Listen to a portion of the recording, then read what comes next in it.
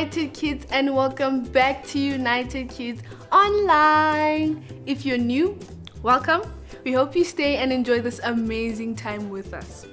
Boys and girls, I am so excited about our lesson today on our series, God's Big Family. It's so important for us to know how to serve God in a way that pleases Him, starting by serving Him in our families. And while last week we unpacked this by learning how to honor God through obeying our parents, in today's lesson we'll be learning how to bring glory to God through serving our brothers and sisters. And so today's big question is, how can me helping my brothers and sisters help me praise God? I can't wait to learn the answer in our big idea. One of the ways we praise God is singing songs that praise God. So let's get our hearts ready as we worship together.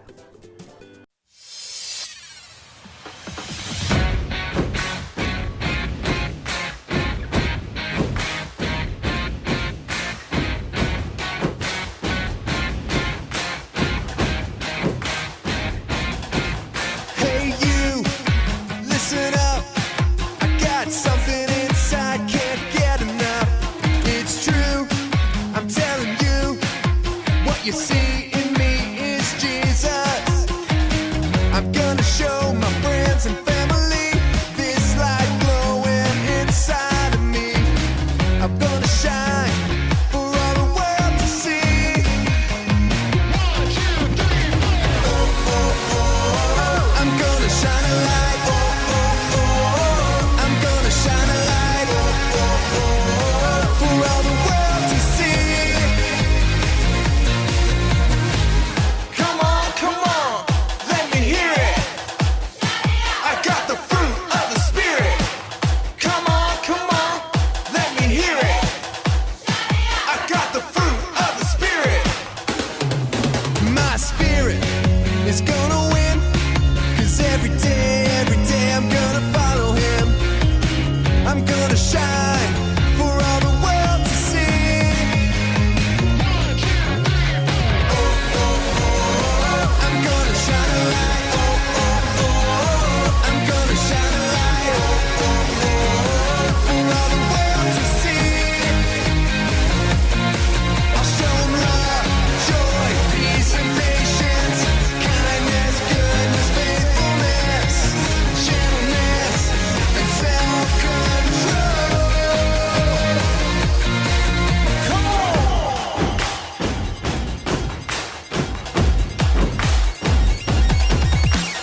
Love, I put others first. Joy, I believe God's promises. Peace, I know I'm God's child. Patience, I can wait. Kindness and goodness, I care about others. Faithfulness, you can count on me. Gentleness, I am ready to listen. And self-control, I won't let sin win.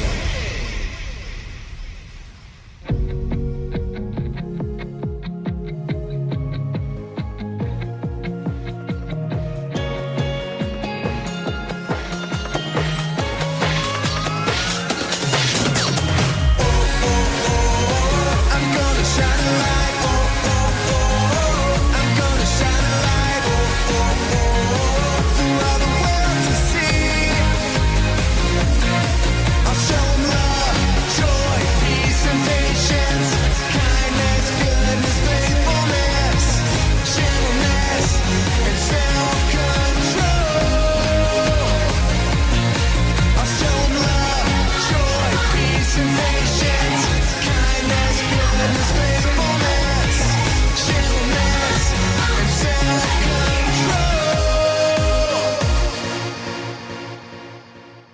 United Kids, did you know that the Bible describes Jesus as light unto the world?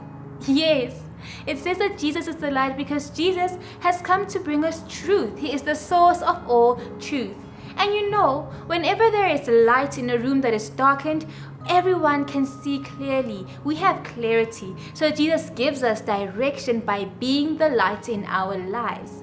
But the Bible doesn't only tell us that Jesus is the light, but also that we are also to be light. Because when we have Jesus in our hearts, we have his light as well. This means we have his truth through his word that we find and read about in the Bible.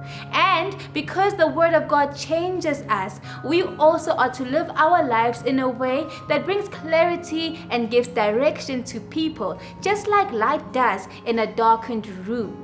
We can read this from the book of Matthew chapter 5 verse 16, and it says, "In the same way, you should be a light for other people.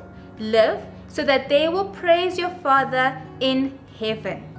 So boys and girls, all this means is that just like Jesus was light unto us in our lives, we are to be light unto other people in their lives. But before we uncover what this means and how we can put this to practice in our everyday lives, let's first pray over the service as we continue. Let's close our eyes. Father God, we thank you for today's lesson. We thank you for all that you want to teach us. We thank you for all that we're going to learn. And we pray that you may help us learn it. We pray that you may help us know how to live our lives in a way that becomes light for people who do not know you. And in a way that helps us share your love with people the way that you want us to. We ask this in your name, Jesus Christ. Amen. United Kids, I heard that last week you had a really fun lesson learning about how we can honor our parents, and how in honoring our parents through our obedience, we learn how to honor God. Isn't that just amazing? It's so good to know that God has given us so many opportunities to learn how to serve Him, starting with serving God through serving our families. We also learned that the rules our parents give us are kind of like the laws and the commands that we are given by God through the Bible. And they are there to help us live the amazing and beautiful lives that God created us to live. So when we obey our parents' rules, we're also obeying God's commands, because our parents are given to us by God to guide us in this life so that we can be the people God has created us to be. Now today, we're going to be taking it a step further, not just learning about how to honor our parents through our obedience, but also how to be kind to our brothers and our sisters. Now, I'm sure you may be like, well, I don't have any brothers and sisters, or you do, perhaps you do have them, but if you don't, that's okay. You have cousins, you have friends, you have other people in your life who are close to you, who are like your brothers and your sisters. And God has given us instructions in the Bible to teach us how to treat one another as brothers and sisters. Now we're going to watch a video about two important brothers in the Bible and see how they treated one another and how we can learn from their story to help us treat our brothers and sisters in the way that God wants us to treat them. Now there's a secret I want to tell you. Remember last week we were talking about all those rules and the laws that God has given us? Sometimes, just like Lerato felt about the rules that Mrs. Chauke had given her, we may feel like, these rules are so many. Just like we feel about the rules in the Bible and the laws in the Bible. But Jesus actually has helped us. He has come to help us. And how He has helped us is by giving us two commands. And Jesus tells us that these commands sum up all the laws in the Bible. Imagine that. All these many laws. In here, all these commands are summed up in two commands. It sounds impossible, but it's true. We find these commands in Matthew chapter 22, verse 37 to 38. It says, Jesus replied, "Love your Lord your God with all your heart, with all your soul, and with all your mind. This is the first and greatest command. And the second is like it. Love your neighbor as yourself. All the law and the prophets hang on these two commands." So there it is. If you didn't believe me, well, the Bible tells us that Jesus gave us 2 commands that sum up all the laws in the Bible, which means when we practice these 2 commands, we will then practice all the others as well, without having to keep going back and say, oh, this law says this law says that. All we have to remember is to love God with all of our hearts, all of our minds, our souls, and our strength, and to love our neighbor as we love ourselves. Now, before we get into this even further, let's quickly watch this video about these 2 brothers and see what's so special about them. God's story, Jacob and Esau. So part of God's story is about twin brothers, and it begins like this. Once, there were twins named Jacob and Esau, and they didn't get along. They actually started fighting before they were born. Then during birth, Esau came out first, but Jacob was holding on to his heel. That's not normal, and they even look different. The Bible says Esau's body was covered in so much red hair, it was almost like he had clothes on. Jacob's skin was smooth. Well, they got even more different as they grew up. Esau hunted animals and spent time outside. Their dad, Isaac, was a big meat eater, so Esau was his favorite. Jacob, on the other hand, was a quiet guy who liked to stay indoors. Their mom, Rebecca, liked Jacob the best. The Bible doesn't talk much about Jacob and Esau as kids, but we do know Esau was lucky to be the oldest because he had what's called a birthright. That meant Esau would be in charge of their family, including all their money, land, and stuff. Jacob would probably have to work for his brother Esau, and their dad Isaac would give Esau a blessing, which means Isaac would ask God to take care of his oldest son Esau in an extra special way. Well, you probably think Esau was pretty excited about this, but he wasn't. In fact, one day he gave it up. He'd just returned from a hunting trip. Since he was out killing animals all day, he didn't have time to eat. He came home starving. Jacob was making stew, so Esau said, "Quick, give me some of that stew. I'm very hungry." Now, Jacob was a little sneaky, so he didn't just share the stew with his hungry brother, which would have been nice. Instead, he said, "First, sell me your birthright." And guess what? Esau said yes. It's a little like paying $1 million for a bowl of mushy soup. We don't know why Esau did that, but the Bible says he didn't care about the birthright. But later, when Isaac was really old and about to die, he wanted to ask God to take special care of his firstborn Esau. So he told Esau to go hunting and make him some tasty food, maybe for the last time. Now, Esau wanted the birthright, so he left right away to hunt. Meanwhile, Rebecca had heard Isaac and Esau talking, and remember, Jacob was her favorite. She wanted him to get the blessing, so she did something really sneaky. She told Jacob, "I will prepare tasty food for your father. You take it to your father to eat. Then he'll give you his blessing before he dies." See, Isaac was blind. She was telling Jacob to pretend he was Esau. But there was a slight problem with her plan. First off, Esau was hairy. So if Isaac touched Jacob's smooth skin, he would know the truth. The Bible says Esau had a certain smell too, which might be a polite way of saying he stunk. I mean, imagine how smelly a guy would be if he was always sweating and getting dead animal blood stuck on his clothes and matted in his hairy skin. And this was before deodorant. So even though Isaac was blind, he might smell Jacob or touch his smooth arm and know the truth. Well, Rebecca was sneaky like Jacob. She told Jacob to put sheepskin on his arms and wear some of Esau's smelly clothes. Now Isaac would never know. And even though Isaac wondered why the voice sounded like Jacob, guess what? The trick worked. Jacob got the blessing. Now Esau would have to work for him. As you might imagine, Esau was furious. In fact, Rebecca had to help Jacob run away so Esau wouldn't kill him. What's really crazy about this story is Jacob messed up big time, but he really did get God's blessing. Esau even forgave him later. We don't know why God let this happen, but the truth is we all mess up sometimes, and God still wants us to be part of his story. And that's the story of Jacob and Esau. So, in case you missed it, here's the quick version. Jacob and Esau were twins. They were different. Jacob tricked Esau. Esau sold his birthright for stew. Later, Esau wanted his blessing. Rebecca helped Jacob trick his dad Isaac. Jacob got Esau's blessing. Esau was furious. Jacob ran away, but God still blessed him. And that's a part of God's story. All right, United Kids. Okay, I'll be honest with you guys. That story was a little bit funny. Nah? Yeah, but we're going to understand in this lesson what is important about the story and why things happened the way they happened and why God allowed them to happen that way as well. But before we see what we are to learn, let's play a quick game to help us remember all the facts from the story, because those are important to help us learn what we are supposed to learn from the story, okay? But firstly, before we get into the facts, an important fact to remember is that this story comes from the book of Genesis, chapter 25, verse 26, okay? Genesis chapter 25, verse 26. Alright, to get into the fact, we're going to play a game called Think Fact. Now, if you're wondering, what is a fact? Well, a fact is anything that is true. And the point of the game is for us to remember the true facts about the story.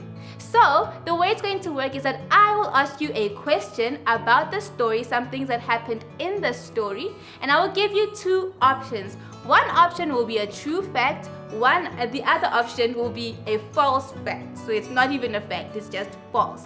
You have to think quickly on your feet about which one is true and shout that out loud as you can. And then we move on to the next one. But you have to really think quickly, because you will have a short time to answer, to think and answer, before I then shout out the correct answer, okay? So the way for you to win is to think quickly. What were the names of the two brothers? Was it Jacob and Esau, or Cain and Abel? Jacob and Esau! That's right. Here's the next question. Were Jacob and Esau the same because they were twins? Yes, they were the same. Or no, they were different. Esau was hairier than Jacob. Yes, they were different. Esau was hairier than Jacob. Now the last question, boys and girls. How did Jacob and his mother Rebekah trick Jacob's father Isaac into giving Jacob Esau's blessing? Was it through sounding like Esau, or by wearing Esau's clothes that were smelly and putting on sheepskin on his arms?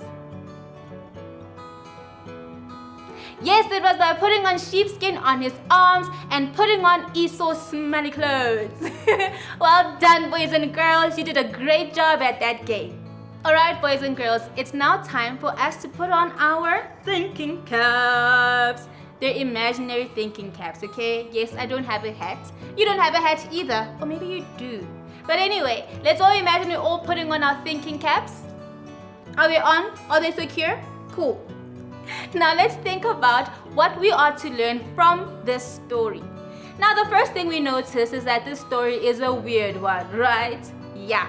Why did even God allow the things that happened to happen? I mean, Jacob and his mother tricked his father, and God still blessed Jacob. Well, one thing we need to know, boys and girls, is that the Bible is not just full of stories about perfect people.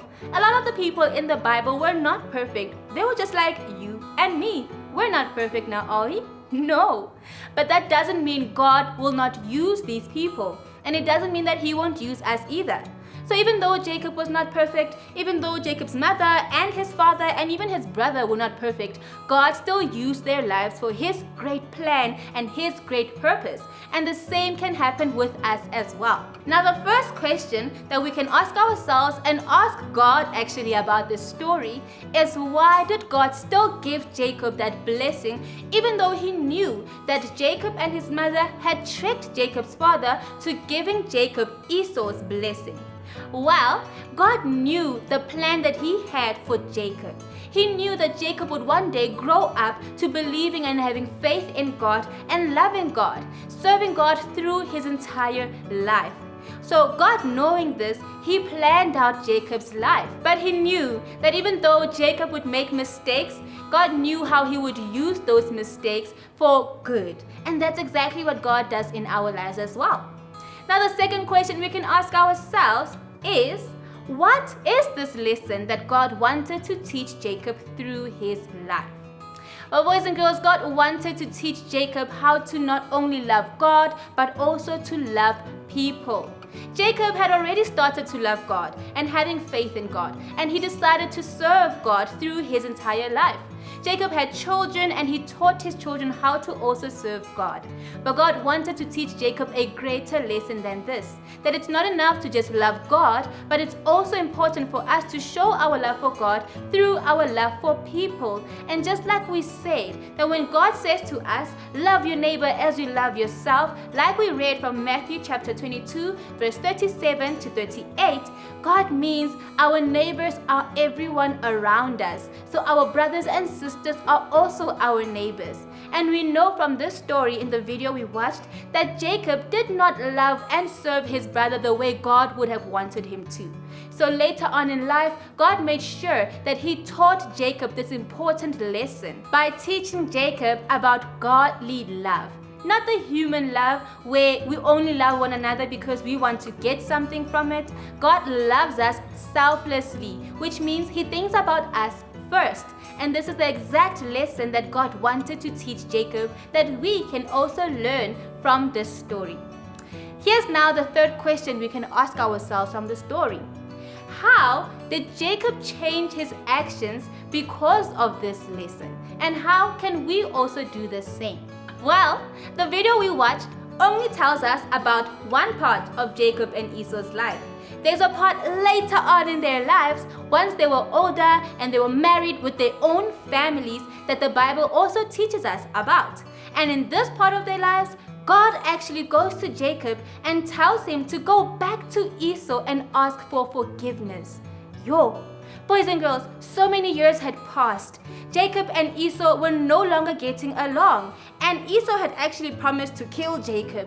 So you can imagine how Jacob felt when God told him to do this. He was scared. He was afraid for his life, but not only his life, but also his family's life as well.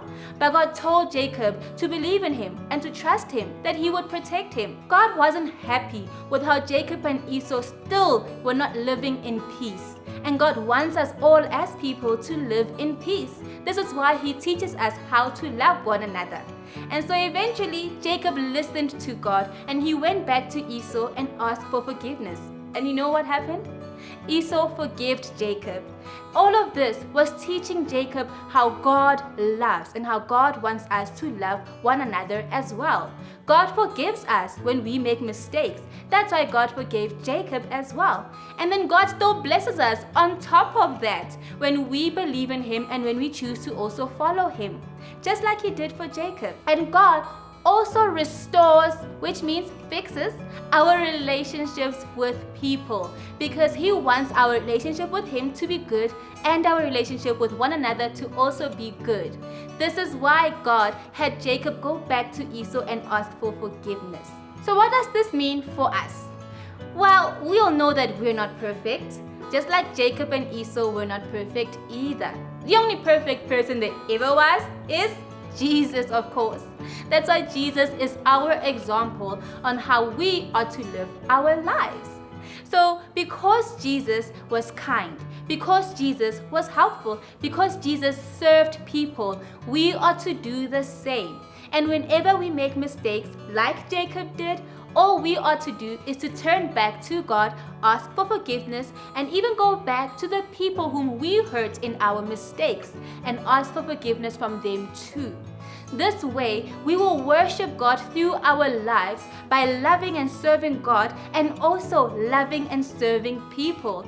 Following those two commands that Jesus told us sum up all the laws and the commands in the Bible. So boys and girls, all this means is that every day we can look at our lives and see how we can love people the way God wants us to love them, starting with our family, using our brothers and our sisters. So if the Bible says, love your neighbor as you love yourself, then we are to love our brothers and sisters as we love ourselves.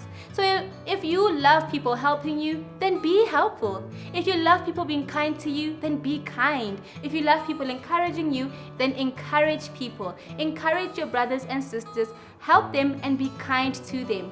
When we do this, we share God's love with people through our lives. And as we do that, we worship and we praise God. Now this brings us to our big question, of course, which was, being kind to my brother and my sister helps me praise God by loving people as I love myself. Isn't that just great, boys and girls?